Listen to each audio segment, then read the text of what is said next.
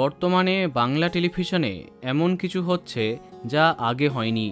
আগে টিআরপি ভালো থাকলে একটি ধারাবাহিককে কখনোই শেষ করা হতো না, কিন্তু এখন সেই নিয়মে পরিবর্তন দেখা যায়, যার জেরে মাত্র 10 মাসেই ইতি টানছে রানী দুর্জয়ের গল্প।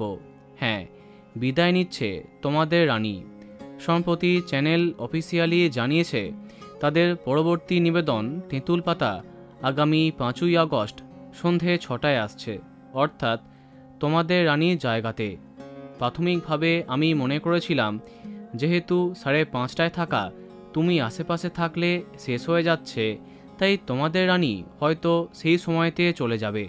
কিন্তু না, হঠাৎই কাউকে না জানিয়ে শেষ হয়ে যাচ্ছে তোমাদের রানী। কিন্তু কেন?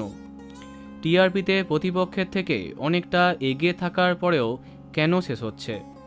শোনা যাচ্ছে ধারাবাহিকের এক্সপেন্সেস অনেক বেশি হয়ে গেছিল, কিন্তু সেই তুলনায় টিআরপি বাড়ছিল না, আর অভ্যন্তরীণ সমস্যার কথাও কানে আসছে।